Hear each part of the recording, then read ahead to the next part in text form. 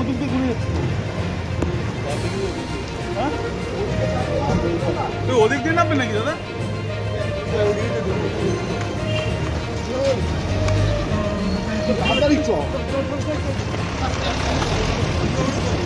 ঠিক আছে ঠিক আছে। পাটলা তৃণমূল 29, বিজেপি 12, অন্যদিকে এনডিএ সরকার, আর প্রধানমন্ত্রী হলেন নরেন্দ্র মোদী। কি বলবেন? তারা নামতে দে, হ্যাঁ হ্যাঁ,